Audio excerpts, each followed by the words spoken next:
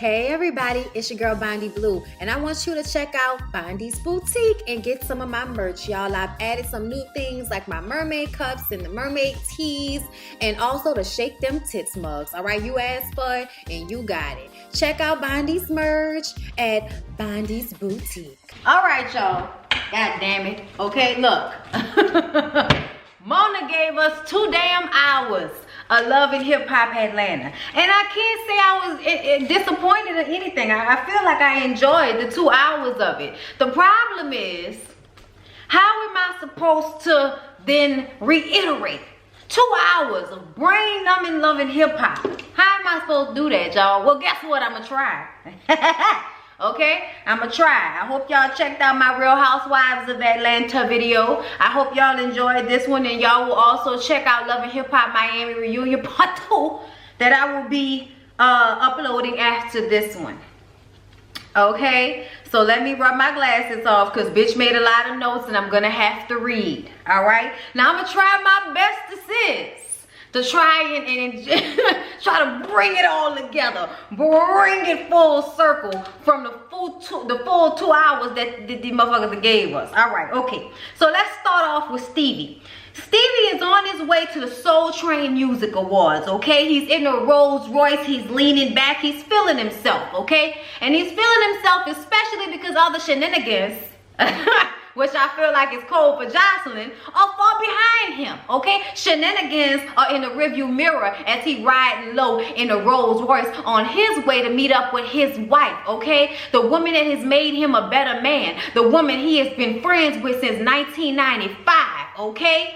The woman who used to be the Notorious B.I.G.'s wife, okay? And everybody has some slick shit to say about that. I feel like, first of all, Christopher Wallace was a whole hoe out here. No disrespect. I love him. He's my favorite rapper. But he was a hoe. Okay, they put it in his own documentary, his own fucking movie that he was a hoe. So we not about to sit up here and act like 20 years later, Faith and Stevie getting together is a issue of moral importance. Get the fuck out of my facial with that dumb shit. Okay, he says the reason why him and Faith's marriage is gonna make it is because they was friends first. Because you gotta be friends first. Okay, I tell y'all that all the time. Y'all don't listen to me. Hold up, let me turn my air condition down. It's hot up in here. Hold up.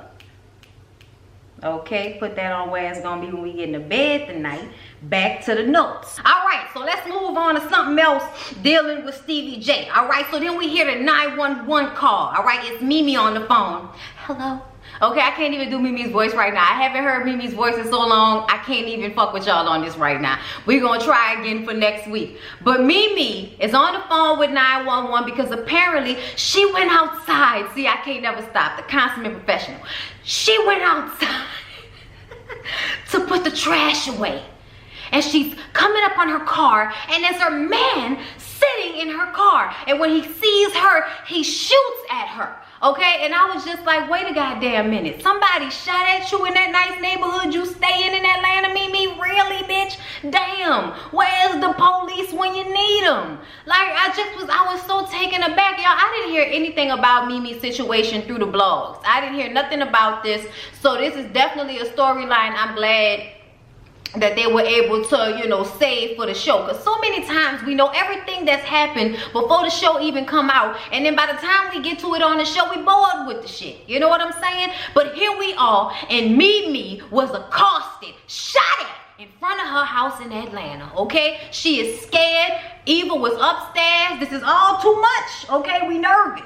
Then she meets up with Rashida, Erica, and Carly. And she explains, she was like, it was 11 p.m., okay, and I'm taking the trash outside, and I go outside and I see this man sitting in my car, and he gets out of my car and it slams the door and runs behind the car and shoots at me. Okay, and they're like, oh my God, Mimi, what does Stevie have to say? Where's your girlfriend? Like, we got questions. Why are you at the house by yourself? Hi, it's Eva. You know, just so many questions. It's a scary situation. And she says that Ty signed a deal to play in Israel, so that's where she is right now. Stevie J ran off and got fucking married and didn't tell anybody about it, so he's in Los Angeles.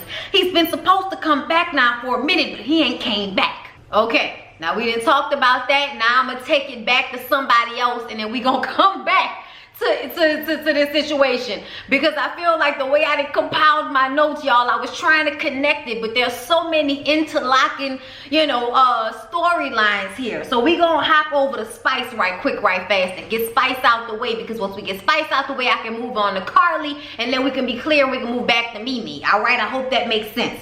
So Spice is still grinding and cranking out the music, okay? I'm gonna fuck up the accents. This the first episode back. I don't remember the voices as much as I do Tokyo, because we from the same place, bitch. Like, there you go. I just gotta up the octave and we good. Okay, so she and Tokyo, Spice and Tokyo, are on stage together, okay, popping it, all right, having a good old time and everything to the dance hall music. We feeling it, we vibing. After this artist developer named Vaughn, who Spice asked to come by and give some advice, comes over to tell her that she needs to upgrade her look, okay? She needs to be thinking on the lines of Michael Jackson. And I'm like, nigga, she's a dance hall artist. Can we say she needs to stick to somebody a little bit closer to her genre, my nigga? Like, I don't understand people sometimes, First of all, nigga, all of the things going on with you. Sunglasses on in the dark club, your beard not being the right color, because anytime I see you niggas with a pitch black beard, somebody is coloring the grays, and I feel like there's an area there that you need to fix, because any man that's covering up the salt and pepper need to get his fucking life. Don't cover up the salt and pepper. Be who you are, nigga, okay? You're a whole man out here. No woman has ever passed up on puss because a nigga has salt and pepper in his beard. A lot of the times you'll catch us with shit like that. So for you to be sitting up here with whatever the fuck is going on with you, and then to be turning to Spice telling her she needs to upgrade her look, when Spice looks like everybody else out here performing in glittered bodysuits and purple and blue and green and all of these fucking crayon colored hair wigs and shit like that. Okay, y'all know what I'm trying to say. What I'm trying to say is, this is some bullshit, okay? She looks exactly like everybody else. But instead of, leaving this dumbass nigga where he at in the club, she takes what he didn't say at home with her, and she thinks on it, and what she comes away with is it's about her skin tone. And y'all, this gonna make me mad, because don't get me wrong, we all know that there are ignorant people online that will say anything. And of course, there has to be some people out there that want to perpetrate colorism issues amongst black folks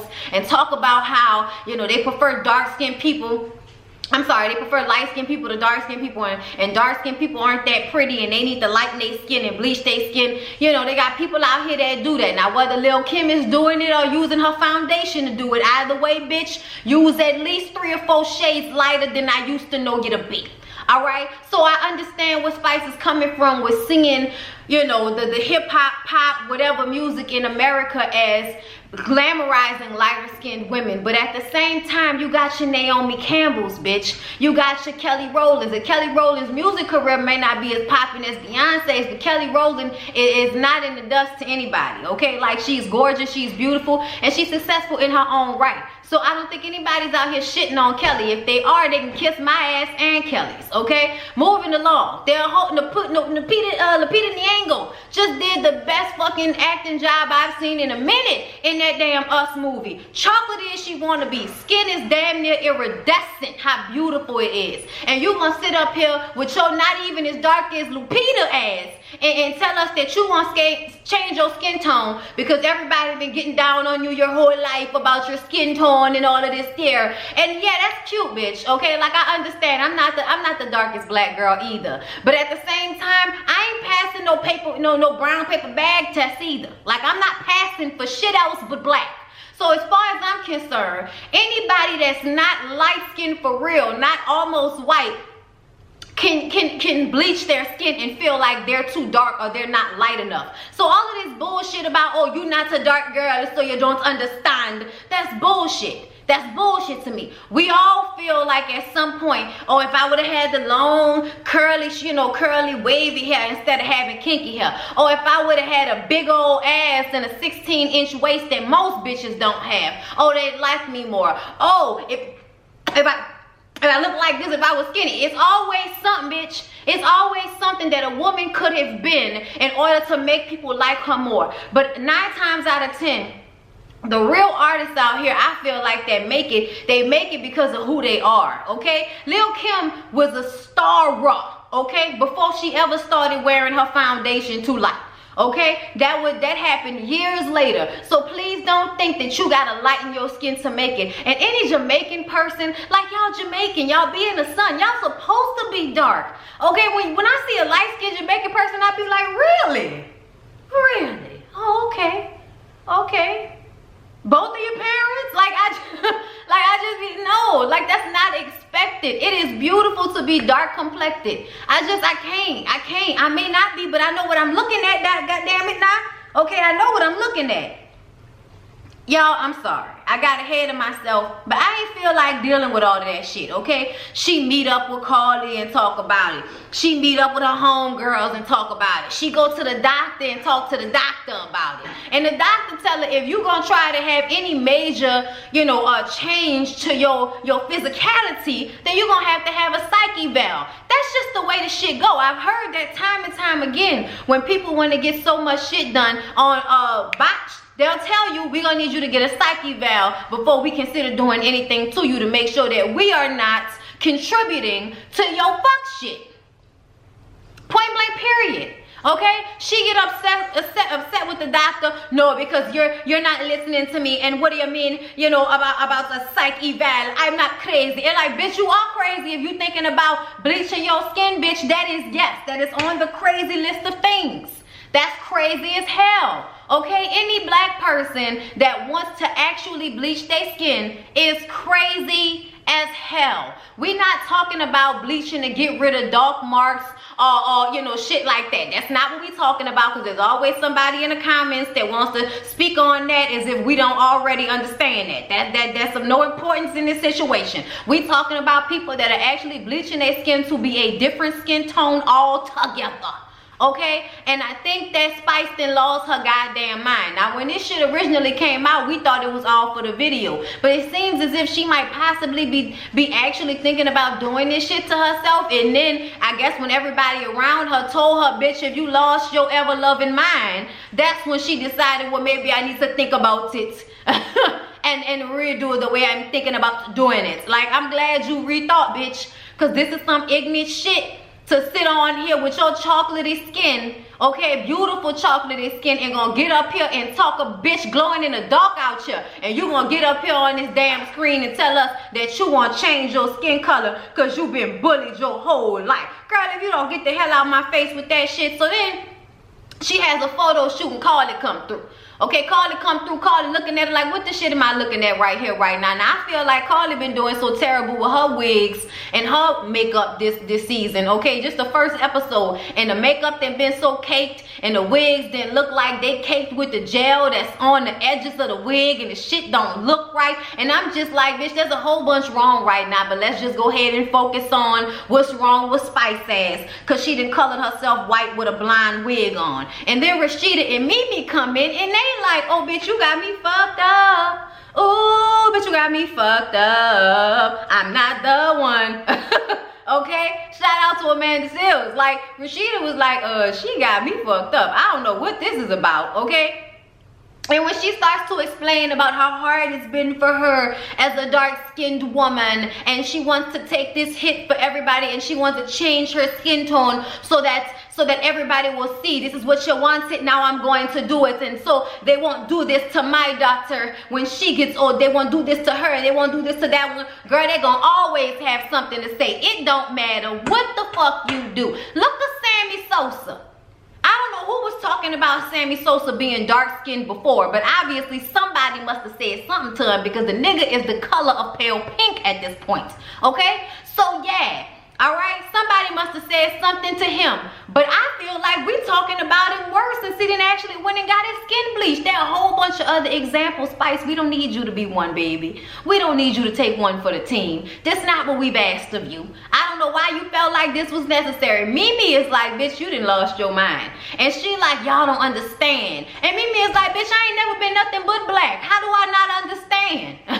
We ain't white, bitch. That's the whole point. It ain't even about the fact that you so many shades darker than us. We all black. We all ain't white. That's been the problem. Niggas wasn't not discriminating against black women because they wasn't super dark. Like women, my skin tone get discriminated against, bruh. It is what it is. Okay? I feel like Spice made my nerves bad on this shit. Talking about she needs to make a statement. They don't understand. They're not dark skinned. Mimi says you need to be prepared because you sitting up here, you know, mad at us for saying something. But if you can't deal with us, you need to be ready for what the world gonna say, because the world gonna go in on your ass. You are a dance hall Jamaican artist. You are a reggae artist, bitch. What you think this what you think this gonna do for the culture? Okay, this ain't gonna do nothing good for the culture. But Mimi getting her face, she getting Mimi face. Mimi said, girl, I can't take this, I'm leaving. Okay, girl, I'm gonna go ahead and take it on out. Bye, Snowflake. I could have passed the fuck out when she said that. Bye, Snowflake. Ciao. Moving on, y'all. So I'm gonna move to scrap. Then I'm just gonna go ahead and go with the way that I wrote the notes, y'all. Forgive me, okay? I know we all over the place, but when they put 2 hours of this shit together, it's so hard to contain everything when there's so many intermingling storylines and shit, okay? So Scrap is out of jail. Scrap DeLeon, you goddamn right. Y'all saw that they put him at the beginning in the intro. I was like, oh, this nigga back for good, huh? You sure? You sure, Mona? Because you know how they go back to jail sometimes. All right, now that's what I was thinking in the first 2 minutes of the show. But as the show went on and I watched Scrap, it seemed like he's very real about what he at with this shit right now. I am not going back to jail. Like, that's what it seemed like to me. And we're gonna get into how upset I am about him being on probation for 15 years. How the fuck y'all gonna put somebody on probation for selling weed like this when weed is legal in certain places? As long as white men is out here being able to be successful and make money off of marijuana, I think it is a spit in the face of everybody who is brown and black that has ever been arrested to still be in jail or still be on probation dealing with this shit because of marijuana, the way y'all done legalized it in these states. That shit really makes me mad, y'all. And in the states where it's not completely legal for recreational use, it's illegal for use when you get your little med card or whatever. Get your little medical card and you can go and get your little marijuana pills or whatever you need and shit. So I'm like really annoyed about the fact that they're gonna put bruh in jail, let him out, and then keep him on probation for the rest of his fucking life, trying to hope that he slip up so they can put his ass back in jail. Fuck y'all for that shit, bruh. Fuck y'all for that shit. Anyway, he's living in a halfway house and his ass can't get out because he does not have one relative that does not have a damn record to come and get him out. And I think that's some bullshit, because I'm like, the way Love After Lockup be having all of these felons hanging around together, I don't understand why it's an issue over here on Love and Hip Hop. But you know, those are two different ethnicities of shows for the most part. But I'm gonna go ahead and let it go and move on. It's not completely white, but it's mostly white, okay? So you just see how shit work out a little bit different, and why, you know, some of them could be around felons and shit like Brittany, and Brittany could be around all the felons in the world, and it's all right. Bitch just got out of jail a month apart, and they hanging out and shit. That's legal, but Scrap DeLeon's mama can't come and get his ass out of jail. Like, that's some bullshit to me, y'all. Anyway, so until they can find a family member, his ass is stuck in jail. It's Mama D's birthday and she's standing on somebody's nasty sticky ball, shaking her new ass that she got from Dr. Miami or Dr. Curves or whoever did it. They did a damn good job. I know she thinks she look good at 55, but bitch, you look good at 55. I ain't gonna play it like that, Mama D. I love you, baby. But you know, from here to here, you look 65. Okay, but from here to here, you look a good 45 based on the 45s that's out here right now. Okay, the 45s out here in this day and age is dipping it and doing it. Okay, I'm just saying, because my mama's 60 and her body may not look like that, but her face and her, you know, her shit look way younger than Mama D's, and Mama D only 55. That's why I was caught off guard. But Mama D, you go ahead and get that good body surgery, girl. So after she finished shaking her ass on the ball, she takes the mic and tells everybody about how, you see how my son and the Bam ain't here, okay? And Mama Cece, her ass ain't here neither, but she talk about me and I had to put her out my house. There was a whole bunch of, you know, personal shit said over the mic, and I didn't understand why. She said they staged the coup. I said, oh, all right. Y'all know what that mean. That mean that Mama Cece, the Bam's mama, and the Bam and Scrappy done ganged up on Mama D. But really what that means is Mama D didn't act like a fucking fool. That's probably what that means.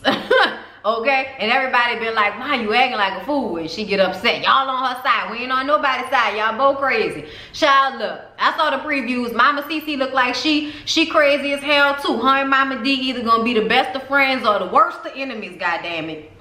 Okay, so then we see Karen King come in. And Karen King talks to her about how Scrapton got out of jail, but they gotta find somebody that can get him out of the halfway house, because right now he's stuck in there because he ain't got nobody near him. You know, what's the little boy name? Sass.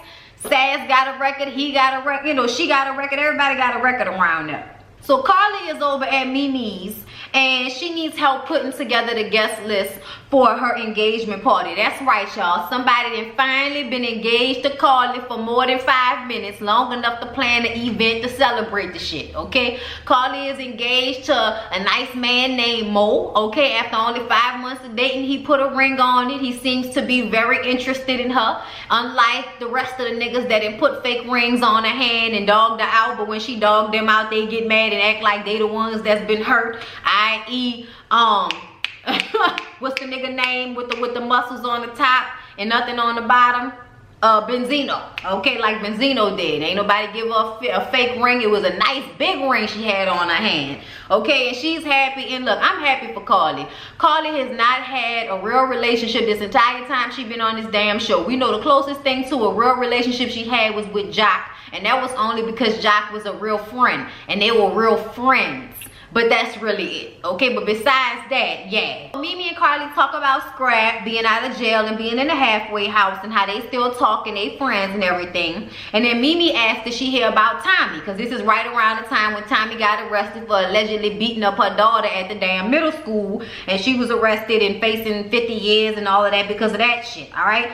Carly asked where Eva is because they're at Mimi's house, like I said, and Eva's not there. And she's like, well, Stevie called and he wanted to come and get her from school. So they're out having lunch right now. And then they talk about how she's supposed to meet Faith Evans before Faith Evans is introduced to her daughter as the wife. Meanwhile, across town, shout out to Alexander Rogers. Okay, nigga do that shit, I be dying laughing, okay? Meanwhile, across town, it's just the way you say it. Anyway, Stevie is having dinner with Faith or lunch, whatever it is, y'all. Eating with Faith and Eva. And he does exactly what Mimi said he wasn't supposed to do. Tells her that he and Faith are married and that Faith is his wife now. And Eva's like, oh my God. Okay, oh my God. And then he asked about this whole situation with the shooting and the, you know, being in Mimi's car in front of the house and all of that stuff. And she's like, oh my God, Dad, you are really doing the most right now. Don't even get me started, okay? I was so scared and I started crying. And he's like, well, why y'all didn't call me? And she was like, I don't know, Dad. Like, talk to my mom. All right, I don't know why we didn't call you. You all the way in Los Angeles, nigga. What you was gonna do? She didn't say that, but that's what I'm saying, okay? Then he says, well, what you think about moving to Los Angeles with me? And she was like, I don't know. You're gonna have to ask my mama, the one who raised me my whole life. I'm like, oh, the shade, Jesus. The baby that shaded the shit out of him. Like, I know you don't think you about to come and kidnap me away from my mama, nigga. That's not about to happen. Y'all. I was outdone by how smart that little Eva is, baby, okay? That little thing is quick on her toes, goddammit, okay? So Eva gets home and tells her mom about Stevie asking her to move to Los Angeles and what her reply was. And of course, Mimi was just as tickled as we was about it. That's what we said. Then she mentions Faith being there. And y'all know Mimi is mad now, okay? He didn't mention bringing his wife to meet my daughter before I even had a chance to fucking meet her. Y'all know how she be. I love Mimi, y'all. I'm glad they gave Mimi something to do this season, because Lord knows I miss Mimi cursing and being all upset and shit. That's fucked up, but that's the truth of the matter, y'all. All right, y'all. So Karen just so happens to be able to locate Scrap's half sister Cheyenne, and Cheyenne doesn't have a record, so she's able to go and get Scrap out of the halfway house. They take it on over to Karen's house, and he gets a call from his PO, and he's telling his brother Sass, that's why you don't want to have to deal with this, bro. They will call you 4-5 times a day to make sure you are where you say you are. And Karen is surprised that they even let him come on over to her house, but she's happy that he's out. She's all excited. And Sass brings up the fact that Tommy is facing a lot of time, and she's like, well, look, let's not worry about that, okay? You worry about the people that was there for you when your ass was in jail, and she wasn't there for you. Worry about Sass, me, and Cheyenne getting you out. So now, speaking of Cheyenne, how the hell did you find Cheyenne, mama? And Karen said, well, you know, I got on there and found your daddy, and got in contact with him. Now, from what Scrap has thought his whole life since he was a teenager was that his daddy was dead. But it seems as though Karen might have secretly been keeping the daddy from him, or really just knowing where he was, knowing that he wasn't dead, and just not telling Scrap about it because she didn't want to have to deal with the nigga, because she was mad about what happened between the two of them. All right, now she said Cheyenne was the other woman's child, okay? He cheated on her, and then she went to jail, and she hadn't talked to him in a long time, and she, you know, heard he was dead on the streets. But what really happened was he had an aneurysm of some kind, had a stroke, and he hasn't been right ever since then. But he was in jail when he had that aneurysm. He had been in jail for 20 some odd years. And Cheyenne visited him and talked to him while he was in jail. She was around when he had his aneurysm. And now Scrap is feeling some type of way because he like, well, you was in her life, why were you not in my life? And I'm like, Karen King, along with the fact that he probably a deadbeat dad on the slick, you know, nigga in jail and shit. But also because Karen King, I bet you any money. I bet you any money Karen King wasn't nothing fucking nice back in the day, okay? And something tells me that even if he wanted to spend time with his son, she wasn't gonna make it easy for him. And sometimes you niggas punk out because y'all pussy like that. Big Will is his name. He comes into town, okay? And Scrap and Sass and Karen, you know, have this little meet up with him, and the aneurysm has really affected the way he speaks. Because even though he can speak clearly, he can't get his words out the way he would like to.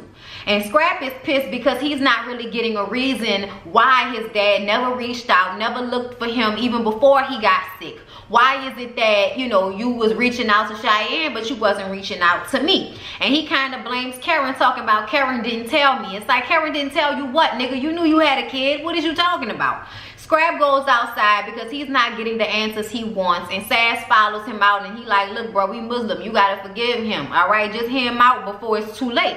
You know, before he leave or before he die, you never know what can happen. Try to make this right while you can. So he goes back inside, and Big Will says that, you know, look, I wasn't there like I should have been, I know, but I love you, period. And he like, how you love me? You don't even know me. I got 2 sons that call me daddy, and I ain't never had nobody to call daddy. You know, he was like, you had a daddy? He was like, no. He was like, well, you know how I feel. How you love me? You don't even know me, and all of this shit. And the daddy was like, look, bro, I love you, period. Just like that. So, you know, I guess Scrap gonna give him a chance. He was like, well, my name's Scrap because don't nobody call me Will. And I'm like, you was named after this nigga too? God damn. Like, and I feel like he look like his daddy. He may not look exactly like him, but I think he has his daddy's bone structure and his daddy's like facial situation, and maybe have Karen eyes and nose and all of that type of shit. But anyway, Karen sits down with Scrap and Sass, and as soon as Scrap wants to know why it is that, you know, she just now finding out about the daddy, or what the situation was with that, as soon as that come up, Sass is like, I'm out. I don't even want to talk about this. Because at first she was saying how he has a hard time saying how he feels, and because of that, it makes it hard for him to want to communicate with his son, because he can't really relate to him right now because of the aneurysm and everything. And Scrap ain't really trying to hear that. But she gets into what really happened between her and Big Will. She said they was together when she met him. She said she wanted a family and she wanted a baby. So that's what happened. They had a baby. One day she come home and find a woman in her house, okay? So she leave and go get her own place without telling him. Then people found her. She got arrested, went to jail, okay? That's when she found out that that woman was pregnant. She didn't know if she actually had the baby or not, but she knew that she was pregnant. And then after she got out of jail, she hadn't talked to him for years. She heard he was dead. She thought he was dead. But when Scrap went to jail, that's when she decided to get online and look him up. I'm like, girl, you may have gotten online and decided to look him up, but I think you always knew he was alive, and you lied to Scrap about him being dead because he was dead to you. And probably because of the way he cheated on you. And then after you got put in jail, he probably wasn't looking for you. And then his ass got arrested. And he, you know, still keeping up with the other woman's child, but not keeping up with yours. I'm sure she felt some type of way about that. But Scrap felt like it wasn't her place to keep that from him. She said she made the best decision she could for him. Okay, she did the best she could at the time. But y'all know he pissed about it, okay? So then we get to Kirk and Rashida. Okay, they on a panel talking to Shekinah about all of Kirk's cheatations and shit. And after, Rashida tells Carly, Mimi, and Shekinah that she's about to meet Cannon for the first time. Alright, and then Mimi talks to them about the whole situation with Stevie introducing Eva to Faye before she met him, and you know, everybody's like, oh girl, and you know, oh my god, and this nigga. And then Shekinah says that Pippin is not dead, and I bust out laughing. So then we get to the situation with Rashida meeting Cannon for the first time, and Kelsey brings him over, and she looking, and he kind of not paying her no mind. He on the phone, and Kirk brings him over, trying to get him to talk to her. I think they was calling her Shima or something like that for Rashida, so that's her name for him, Shima. That's what you gonna call Rashida, Shima. Oh, all right, I guess. And the baby is like, no, you know, he in his terrible 2 stage. So you put him down, he walking around, and Rashida just kind of looking at him, and she like, he got a pamper on? And Kelsey checks like, oh, he got a pull-up on. And she was like, he's 2 years old, he should be wearing underwear. So now she judging the girl, you know, parenting skills because the baby 2 years old and he still got a pull-up on. All right, now I don't know nothing about when you're supposed to be potty trained and all of this shit because, you know, I just don't. I don't remember, I don't know. So, yeah, I'm not sure, but I kind of felt like Rashida was being judgy because now she has to have the upper hand of I'm the better mother. And 9 times out of 10, you know she probably is because Jasmine is still young. And it's obvious that, like Kirk said, Jasmine mama and grandmama is probably doing all the heavy lifting with Cannon while she is out here being the young woman that she is, working, bottle serving, or doing whatever the fuck she doing with her life. But I did think that was shade. And I also think that Kirk is still being a dickhead because at the end of the day, you were so willing to talk to that woman when you was cheating on your wife with her. But now that you got a child with her, you don't have many words for her and you don't have no discussions with her. So all of the dealings are between you and the grandmama and the great grandmama and all of that shit. And I just kind of feel like that's some bullshit. Okay, but Rashida just like, you know, if he was over here with me, that would not be the situation. It's obvious there's some adjusting that's gonna need to take place. I'm like, yeah, all right, Rashida. What adjusting you talking about, bitch? We gonna see. So y'all, we meet Carly's new man, Mo, and she talks about how great he is, owns his own business, has a good relationship with her daughter. They're planning this wedding. He's very involved with everything. And then she talks to him about the situation with Spice wanting to color her skin and all of that. And he talks about how we as black folks are brainwashed to feel that way. I'm like, people all over the world are brainwashed to feel like darker skin is not as attractive. And I don't understand why. I don't understand why. I'm annoyed by it. I'm over it. I feel like if everybody was the same color, this world would be fucking boring. I don't need a whole bunch of black people the same shade. I don't need a whole bunch of white people that's all white, you know, because they come in like 1 or 2 different shades, but not as many as black folks. I don't need everybody to look the same. I like the fact that there are people that are dark, dark, dark, to the point where I call them who's navy black out here, because that's how, you know, the black got a blue to it almost, like a bluish tint instead of the reddish or the yellowish tint. Either way, it's all beautiful, baby. It's all beautiful. So I'm just over everybody feeling like people need to look a certain way when they look one way. The grass is always fucking greener. This how I look. That's how you look. And if you don't love it, fuck it. Okay? Fuck you. All right?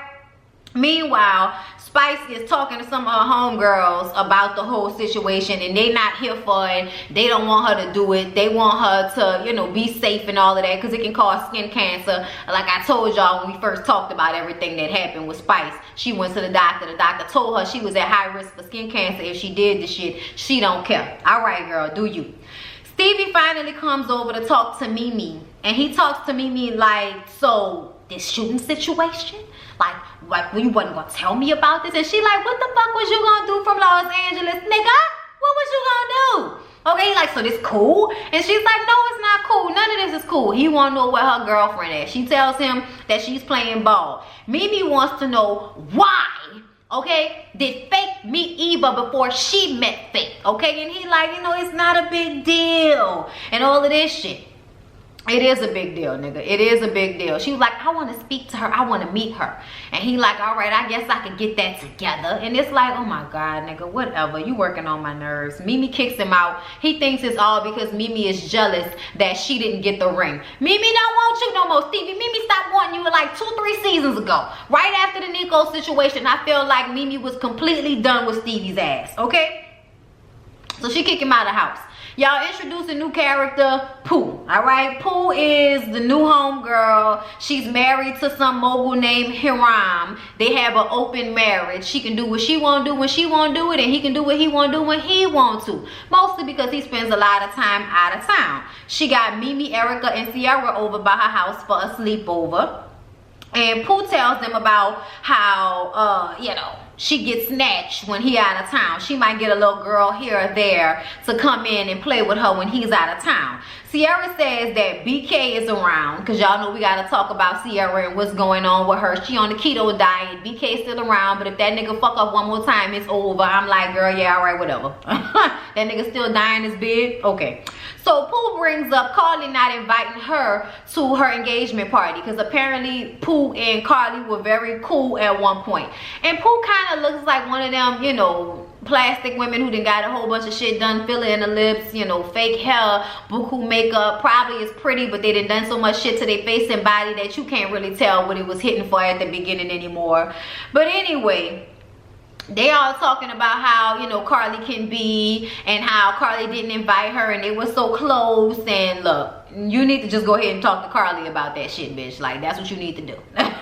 Okay, so Faye and Stevie talk about Mimi being upset about his move to LA. And Faye says, you know, because he doesn't communicate. He never, you know, clearly communicates what's going on. She enjoyed her time with Eva, and he says that Mimi wants to meet her, and she's like, well, why she want to meet me? And I'm like, come on now, Faith, you know why she want to meet you, because you around her kid, bro. Like, why you asking questions that you already know the answers to?